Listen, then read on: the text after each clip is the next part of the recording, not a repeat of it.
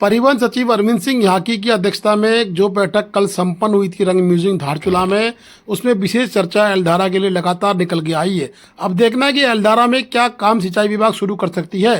सिंचाई विभाग के द्वारा 3 दिन का आश्वासन दिया गया है। अब देखना है कि 3 या 4 दिन में क्या काम को शुरू कर पाते हैं। कहीं ना कहीं सिंचाई विभाग तकनीकी उलझनों में फंसा है और तकनीकी उलझनें कब तक निकल के आती हैं, क्या आपदा से पहले संभव हो पाता है या फिर आपदाओं का दंश फिर इस धारचूला को झेलना पड़ता है। अभी देखने में आया कि कई परिवार मुआवजे की मांग कर रहे हैं जिनकी जमीनें इस आपदा के दंश को झेल चुकी हैं या इनके मकान लटके पड़े हैं। अब सिंचाई विभाग क्या करता है, ये एक सोचनीय विषय है, आगे देखना पड़ेगा।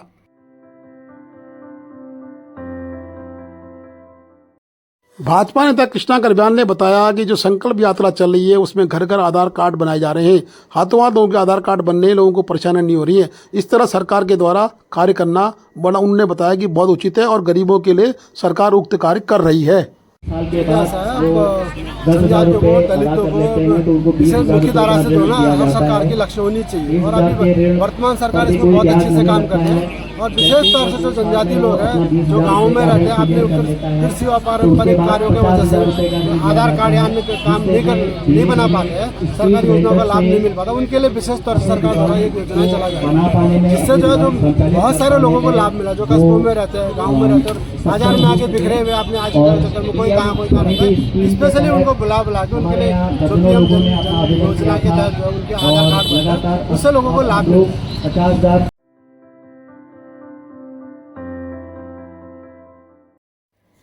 पिथौरागढ़ में पुलिस अधीक्षक महोदय के द्वारा अपराध गोष्ठी का आयोजन किया गया। साथ ही सैनिक सम्मेलन भी किया गया और अपने अधीनस्थों को दिए आवश्यक दिशा निर्देश। बता दें कि हेड कांस्टेबल अशोक बुधियाल व कांस्टेबल राजेंद्र सिंह को चुना गया best employee of the month. Police अधीक्षक महोदय पिथौरागढ़ लोकेशन के द्वारा समस्त थाना प्रभारियों, शाखा प्रभारियों के साथ गूगल मीट के माध्यम से वर्चुअल अपराध गोष्ठी मासिक सम्मेलन किया गया। बता दें सर्वप्रथम पुलिस अधीक्षक महोदय द्वारा एसओजी में नियुक्त हेड कांस्टेबल अशोक बुधियाल व कोतवाली धारचूला नियुक्त कांस्टेबल राजेंद्र सिंह को उत्कृष्ट कार्य करने पर बेस्ट एम्प्लॉय द मंथ चुना गया। इसके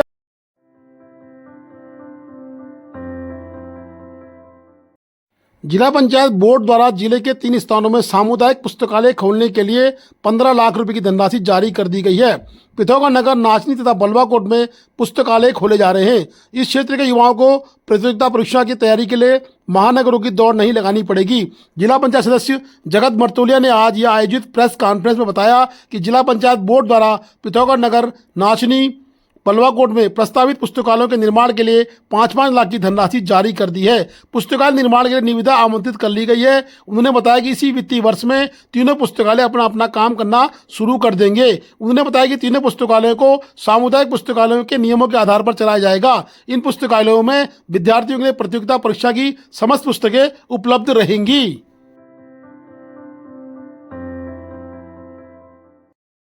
धारचूला के गो घाटी पकड़ महोत्सव का हुआ समापन। मुख्य अतिथि रहे रतन सिंह नेगी व विशिष्ट अतिथि रहे सौरभ मर्तोलिया। साथ में अन्य गणमान्य व्यक्ति मौजूद रहे। बता दें कि 1977 से लगातार चलते हुए ये मेला आ रहा है। इस मेले को 47 वर्ष हो चुके हैं और साथ ही यह महोत्सव बलवाकोट के घाटीपकड़ क्षेत्र के गो ग्राम सभा में होता है। गो ग्राम सभा के लोग इस महोत्सव को करवाते हैं। यह 3 दिन का महोत्सव होता है और साथ में इसमें विभिन्न प्रकार की खेल प्रतियोगिताएं भी होती हैं। घाटीपकड़ समापन में पहुंची श्वेता मेहर मुख्य कलाकार के रूप में रही। श्वेता मेहर और उन्होंने रात्रि में अपना कार्यक्रम दिया। उक्त कार्यक्रम में अतिथि के रूप में गणमान्य नागरिक रहे। अतिथि के रूप में कई नागरिक वहां पर देखे गए। साथ ही श्वेता मेहर को अपनी परंपरागत ड्रेस यानी रंग संस्कृति की धरोहर पहनाई गई।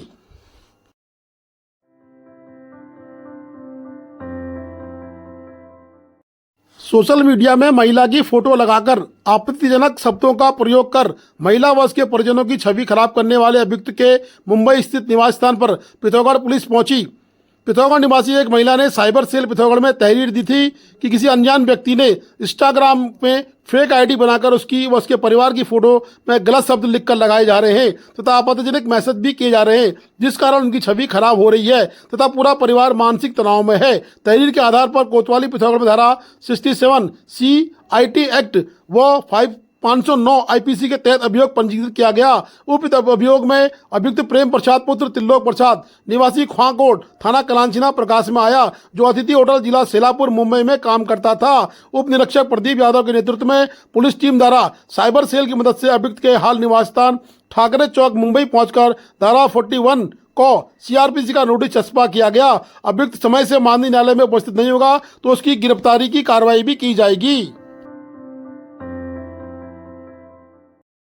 राम महोत्सव अयोध्या अद्भुत अविस्मरणीय पल में हमारे बीरानंद स्वामी महाराज, जो कि हिमालयन योगी के नाम से प्रख्यात हैं, तवाघाट के रहने वाले हैं, वो भी मौजूद रहे। सरयू के विहंगम दृश्य में धीरे धीरे सारे लोग अनवरत जय श्री राम के नारों के साथ अयोध्या पहुंच रहे हैं। उसी क्रम में जूना अखाड़ा भी पहुंच गया है।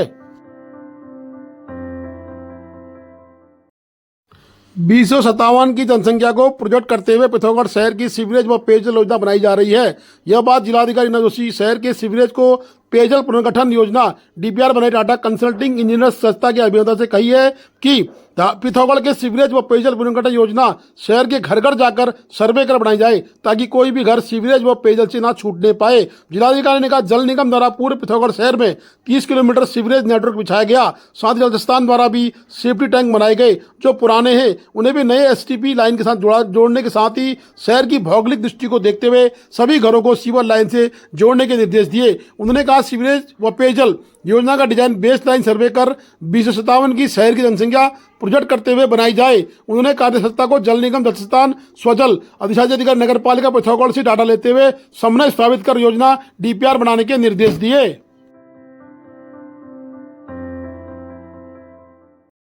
भारत चीन सीमा को जोड़ने वाला स्टील गार्डर पुल का रक्षा मंत्री ने उद्घाटन कर किया देश को समर्पित।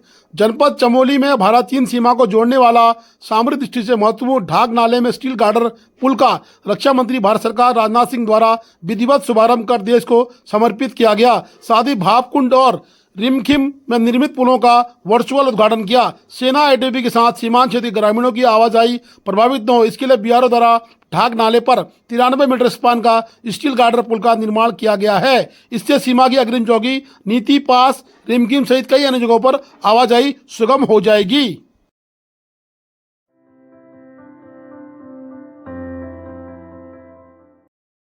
पूर्व सांसद प्रदीप टमटा लाव लश्कर के साथ पहुंचे रांची की एक क्रिकेट प्रतियोगिता में मुख्य अतिथि की भूमिका में प्रदीप टमटा सांसद कांग्रेस पूर्व देखे गए। उनके द्वारा उस प्रतियोगिता का शुभारंभ किया गया। साथ ही रांची पहुंचकर उन्होंने कई समस्याओं को देखा और उन्होंने राज्यसभा के साथ साथ अपने को भी इस समस्या के लिए जिम्मेदार माना। उन्होंने कहा कि पूर्व में किए गए काम जहां से वहीं तहां पड़े हैं। भाजपा की सरकार के द्वारा कोई भी कार्य नहीं किया गया। जो कि सड़क अभी 8 किलोमीटर के आसपास है वो बिल्कुल अव्यवस्थित है, उसको सड़क कहने में भी शर्म महसूस होती है। आज मैं इस क्षेत्र में रांची मोरा गाँव की ओर गया था। मैं जब सांसद था 13 के आसपास, तब मैं उस क्षेत्र में गया था। उसके बाद वो रोड की जैसा जब मैं गया था तब से और भी बदतर हो गया। मैं तो सलाम करता हूँ यहाँ के जो टैक्सी चालकों के चालक हैं और जो रोज़ सवारियाँ पैसेंजर उन टैक्सियों में यात्रा कर रही हैं। एक तरह से जीवन को क्या कहते हैं को वो गले लगाते हुए जा रहे।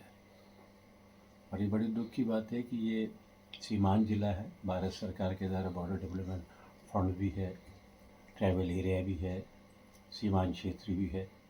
सरकार कह रही कि हम सीमांत क्षेत्रों में पलायन को रोकेंगे और लोग इस तरह से ऐसी स्थिति को जीने को मजबूर है। सड़क बदहाल है। रांची बोरा गांव के 150 परिवार हैं, वो अभी भी बिजली कनेक्शन में महरूम हैं। तो राज्य की सरकार को और केंद्र की सरकार को डबल इंजन, हमने इसीलिए सोचा था कि डबल इंजन के भरोसे सीमांत क्षेत्रों का विशेष रख रखाव हो। लेकिन आज रांची गांव की यात्रा करने के बाद बड़ा दुख अफसोस भी है और मैं राज्य सरकार से मांग भी करता हूं कि जो धारचूला तवागा रोड से रांची के लिए लगभग 8 किलोमीटर की सड़क है, मुख्य लाइफलाइन है। इसको कम से कम इसका सुधार होना चाहिए, चौड़ीकरण होना चाहिए। सबसे पहले तो उसमें स्थिति है कि उसको चलने लायक बनना चाहिए, नहीं तो आए दिन दुर्घटनाएं वहाँ पर होती हैं, और उसके लिए हम सब जिम्मेदार हैं। जिला प्रशासन भी और राज्य सरकार भी सीमांत क्षेत्र में इस तरह के जो एरिया है, जो अभी कनेक्टिविटी से, चाहे वो रोड कनेक्टिविटी से दूर हो, चाहे बिजली की हो, और कम्युनिकेशन में इंटरनेट की वहाँ कोई अभी भी संभावनाएं नहीं है, टेलीफोन ठीक से पकड़ते नहीं हैं, इस पर ध्यान देना चाहिए अगर सीमांत के क्षेत्र के प्रति हम उनके विकास के लिए कमिटेड हैं। Please do like, share and subscribe DCL News.